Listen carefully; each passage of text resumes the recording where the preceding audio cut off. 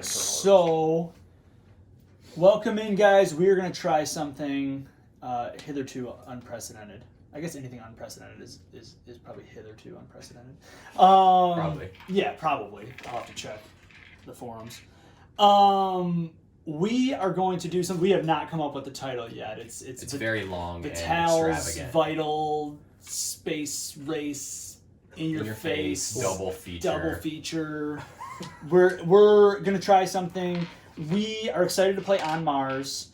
We've never played it before, but we did prepare. Shout out to Monique and Naveen from Before You Play because they make these games possible for us. I will say this is meant to be a compliment to Monique and Naveen that I felt very good about getting this game on the table, and now that we're actually setting it up in real life, I feel about half as good as I did. Yeah, and that's not a shot at any teacher of this game. Some fraction as good. That's just the sheer magnitude of what we've set up. Yeah. So what we're going to try, speaking of sheer magnitude, what we're going to try tonight is, we played Vinos recently, and when we got done with it, I know at least me, I was kind of like, man, I almost wish we could just play this again. We had planned another game for that night. When we played Kanban EV recently, we did play it twice in a short, few days. Mm-hmm. And so we're like, hey, let's prepare for this. Let's all watch videos, playthroughs, and let's see if we can play this twice in one night. So we are challenging ourselves to do a fast, almost like a speed play of this, letting go of all inhibitions about, what if I do the wrong thing, because we just want to learn, make our mistakes, and then we want to set the thing back up while it's all out here. And then play a real one.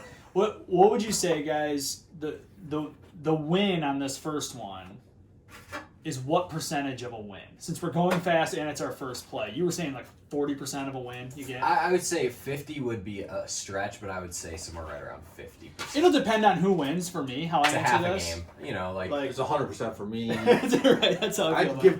Connor had a rough play of one of these the other day. I did. I confessed that already. So, I know. So it's 80 for him, and then Oh, it counts more for 50 me. for you. Yeah. You need a win. That's all I'm saying. Barry, a loss counts a lot less. It's a 0% a loss of the first game. It's a little bit silly to compare them just because they're so thematic, but Terraforming Mars, one of your favorite games. Yes. How much are you expecting to like this game? You've watched playthroughs. Connor and I played around with the idea of give it a pre-rating. What do you guess on a scale of 1 to 10 you'll give this? And we'll come back after the fast play and stuff to see if it... I'm hoping it's a 9. Theme, perfect for me. Yep, you love a more realistic space theme than aliens. And Mars, I know they have the first player rule about the Martian or whatever. My wife and I actually listen to the Martian audiobook every night, over and over and over again. Really? That's just our bedtime routine, yeah. Well, you didn't tell me that. Interesting. 20% of a win. So I brought a sack of potatoes to survive this. And then bucket of my own crap. It's Lacerda, but more engine building, which is also appeals to me. So from what I've heard, and seen, I think we're all excited for different mechanics to test out. With this fast play, we're not playing poker here. What do you figure is a mechanic you're gonna poke at a little bit? I'll start by saying I'm interested in building rocket ships. That seems like it has a good payoff right away. Because what is it? You get either 2 people or a person plus move your robot.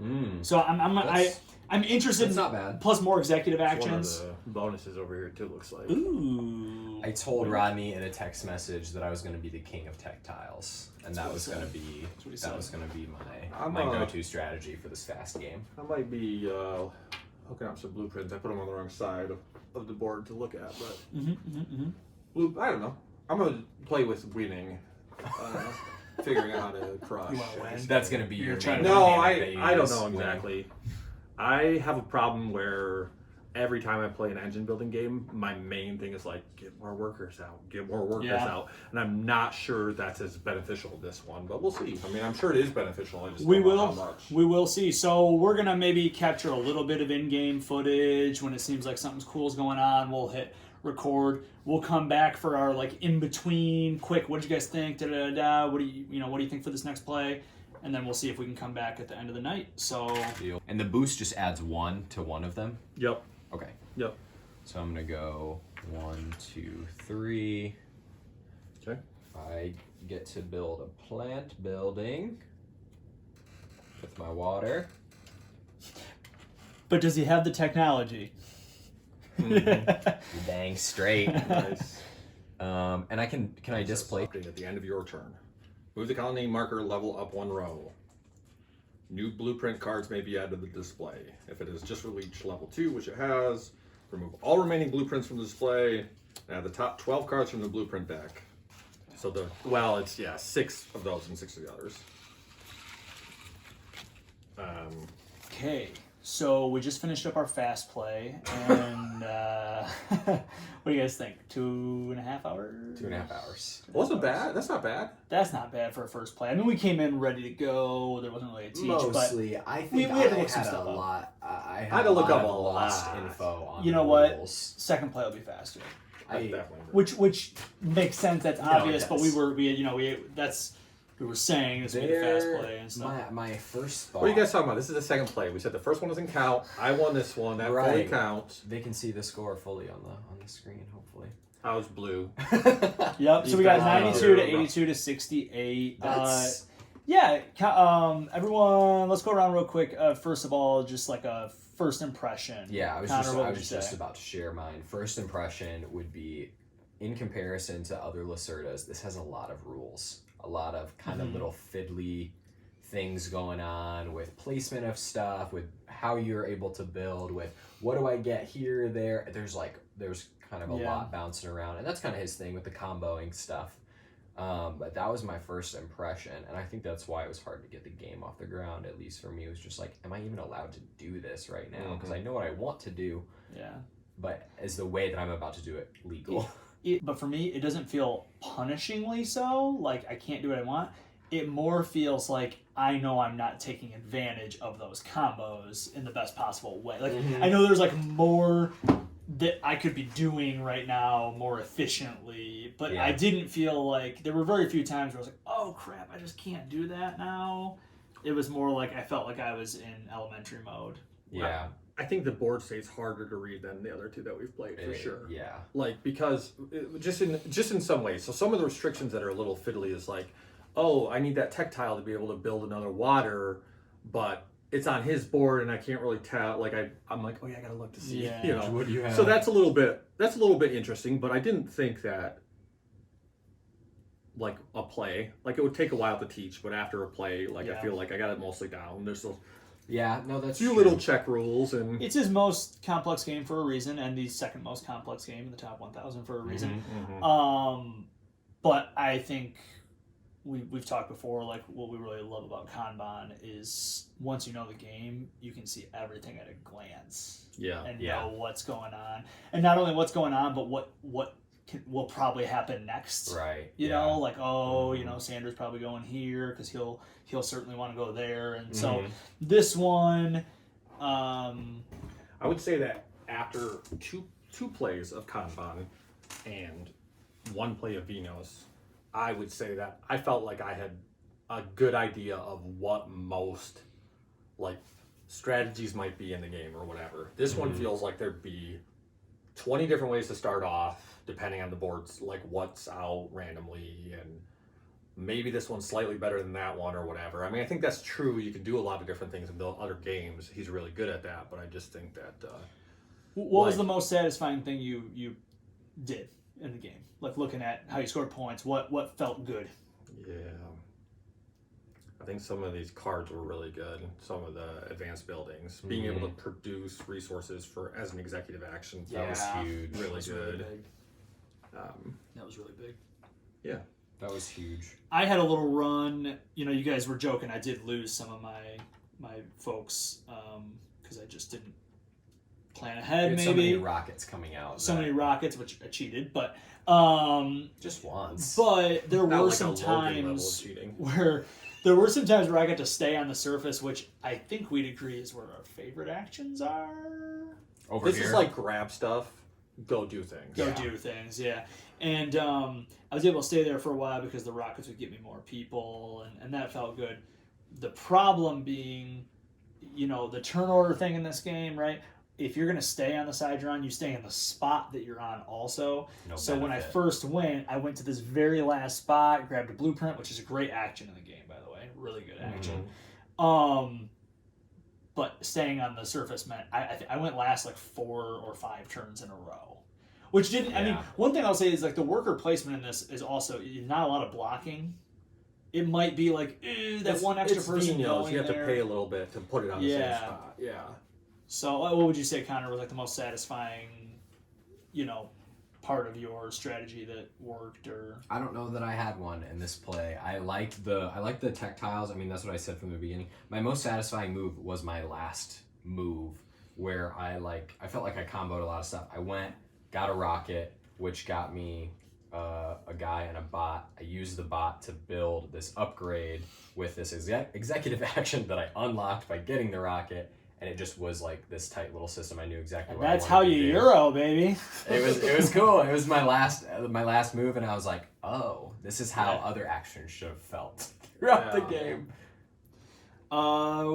That's one play. I don't think it really is fair to judge game after one play, but let's do it.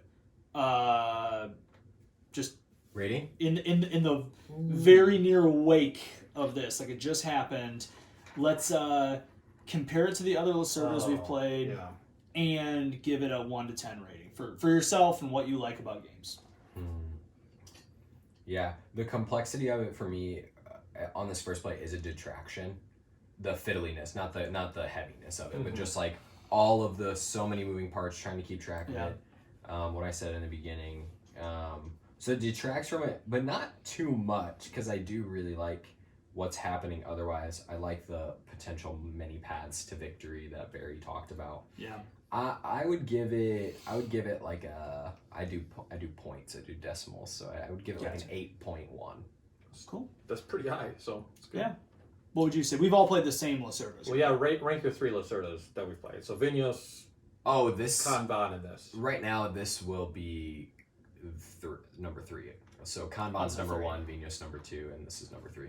Nice. What would you say? Rating-wise, it is hard to say. Yeah. I do think, I really like it. It's a game that when we were playing, I was like, okay, I'm going to have to play this often enough to not forget how to play it. Yeah. Because I think if it goes back to my shelf and I forget the rules enough to the point where I couldn't teach it or whatever, I'd be like, I'm not going through the effort of learning that all the way from scratch again. Very often. Maybe once a year, maybe Christmas time or something, but so it's not that long though. So that's the thing, right? Like if we got this out, got it set up, and I really think our next play, we're gonna try it. We're gonna try for 2 plays in one night. I think it'll be shorter. I think it will be. Yeah. We'll know what we want to do. I can't see playing this at 4. And Kanban sings at 4 to me just as much as any other. They would definitely feel tight at 4. I think tight, but also. Oh man, just waiting for your turn. Especially when it's got the type of turn order thing where you could go from first to last, and then it's like you basically waited 2 whole turns. Did a half hour just go by between my 2 turns? Yeah. I'm gonna go wash dishes. I would definitely put this is number 1, I think, for me of the 3 played.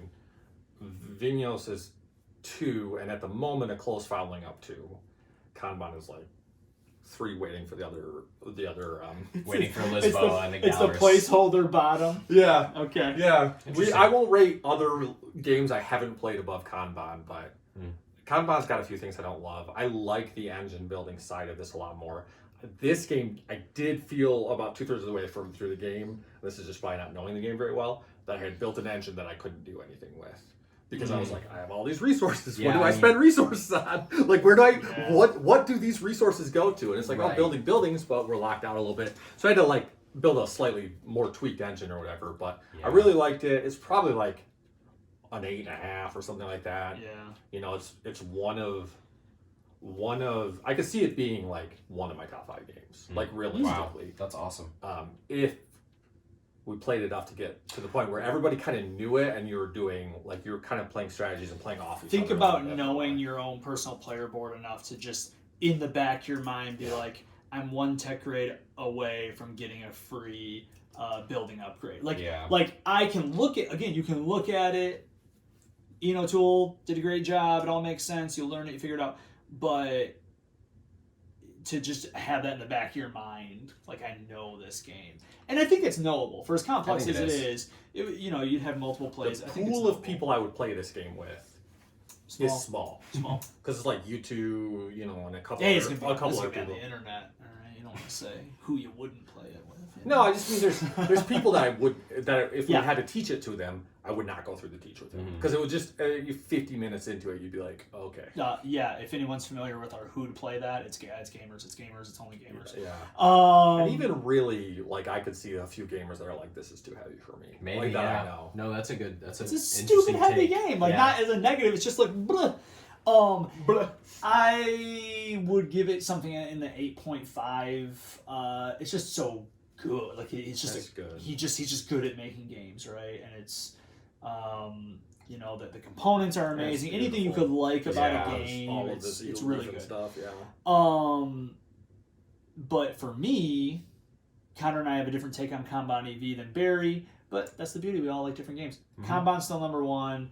And I don't know between this and Vinos because they feel so different in complexity. All his games are complex, but Vinos, like the way Barry said it was like we started with Kanban. It felt like we went, maybe a level 7 down to a level 5 up to a level 10. Yeah. Right. Vinos being the level 5. So having this and Vinos, like not sure which one is my second favorite of the three we've played.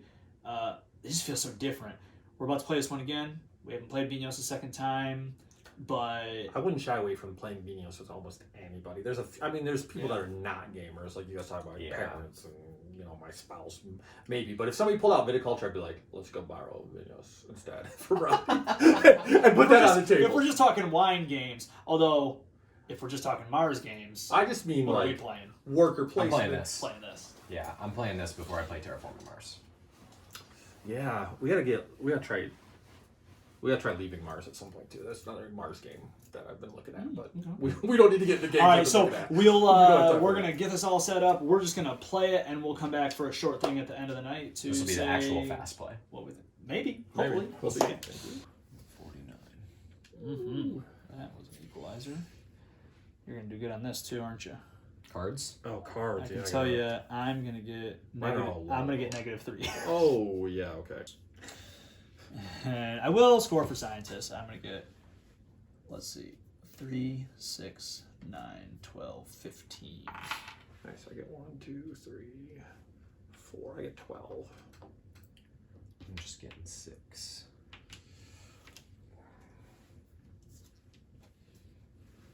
And I had no contracts. No contracts. I got 12 more points. Ah! Ooh, 100. Nice and even. Yo! Back to 0. When you and Jake said that Tigris and Euphrates is a more complex game than we think, that's like what you were talking about, because your decision tree is not complex, but seeing the board, seeing what other people are working on, seeing how you can do that at the right time, decision. that's where the complexity comes in. And so like this game is complex enough if I were playing solo, if I were just trying to like maximize an engine. Yeah. Where the complexity I think really actually kicks in though is being like it gives you opportunities. If someone is really going deep into water, they won't be able to get the scientist that scores water, the scientist that uses upgraded water buildings, the science tech. They won't be able to do all of that unless you're just letting them, unless you're just totally clearing the way. So I'm still super impressed by the design of this game, that it's like, hey, if you see someone having a runaway, win, you can do something about it. But if you don't, and it's the most obvious thing in the world, they will have a runaway win. I really like that play of it. I mean, I did too. It felt like I was actually making decisions with the idea of like 1 or 2 steps ahead, as opposed to. I liked it at this point in the scoring. That's how I liked it. I enjoyed the more like decision to decision. Obviously, at the end, it's like, oh, yeah, okay.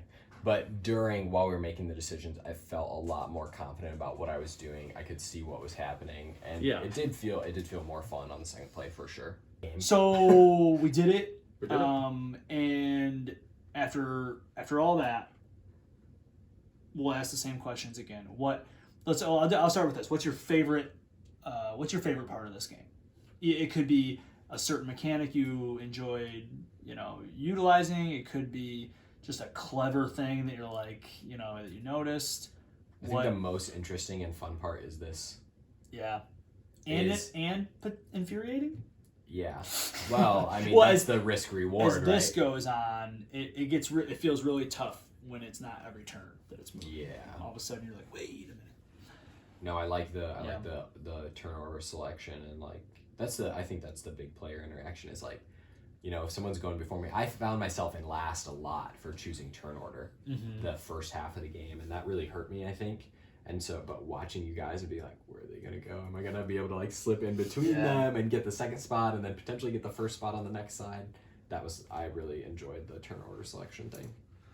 What would you say, Mary? What I was thinking when we were playing it is that like a lot of Euros that have this much, many different ways that you can score points or different things you can do, like you end up doing like 2 of them and don't get to do everything. In this game, it feels more like you're ignoring like maybe one thing and still doing the other 4 or 5 that you need to be doing.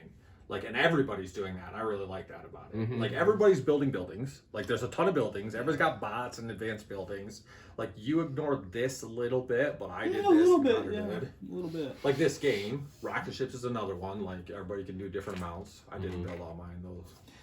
I definitely did not utilize the unlocked executive actions that these bring. That's what's so cool too. Okay, I used mine a lot. I can wrap my mind around a game that gives you an executive action. Most of his games do. But the idea that you can get executive actions from here, from somebody else's card. From someone else's card. Yeah. But you know, like, this is complex. We're not going to sit here and do the whole, it's not that complex. It is complex. Yeah. But on that second play, I just felt more aware of things for sure. It was like, I would be able to use his, but then if I put it there, he can use it. You know, it all, like, so far we played 3 of his games.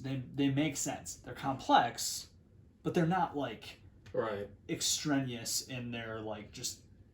You could sit down if you stripped out. If you weren't trying to teach somebody every single rule of this game, like, oh, where do these guys go when you take them off that or whatever, you could teach it relatively quick for a game this weight for sure.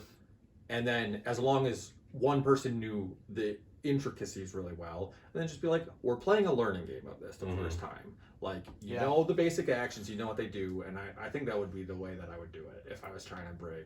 It's a bummer that I somebody scored that wasn't going to like 19 fewer points on my second play than my first, but I weirdly felt like I understood it better, whatever that means. That it feels a lot. So my answer to that is the thing I already mentioned, which is that if there's so many ways to interact, and that I can purchase a scientist. Also, nothing feels that expensive. No. When you think about it, being able to come here and add a 4th building to this complex for, I mean, all the tech had to be in place. For one resource and then get 4 batteries out of it. Yeah, like, the game wants to reward you in a lot of ways, too. And being able to just spend 2 resources to get those scientists, which are really powerful, you'll be the only one that, you know, utilizes them, but also the scoring that comes with them. And it's like, oh, I can see that Barry's going for blank, or Barry can say, I can just get that scientist and then go for blank. Yeah. Is like, just the different ways it lets you have autonomy, I think, is really cool. And you know what?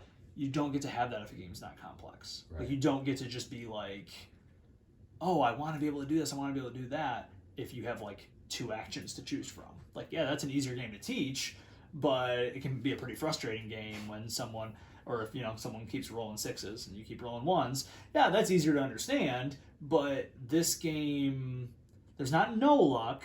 How these come out matters. How this comes out can matter. Your starting hand would be a part of it too. Like, yeah, I never did an event. I almost did. To take turn order at the beginning is not insignificant. No, not insignificant. So it's awesome. I'll stick with my 8.5, and I'll say I'm still gonna go with it's that better versus favorite thing that we do. This is better. Man, I love Kanban. I think it is better. It's so different. It's like more impressive. It's the difference between someone writing a really good short story and someone writing a really great 700-page fantasy novel. Like, they can both be great writing. This is a 700-page fantasy novel. So, for my taste, I'm still gonna put Kanban first. And I just still have to put. I guess I'll make this 2A and I'll make Vinos 2B, because I think it would just be such different vibes. It's so different. You know what I mean? Like I'd play this, but I would imagine I would play Vinos. I'm in a million more situations than I would end up playing. I would and even just me personally, even if the group was right either way, I would still need to gear up to be like, yeah, no, I mean, I'd be excited to, but it would not be sort of like, hey, we've got 2 hours, what can we do? We learn we can play this in 2 hours.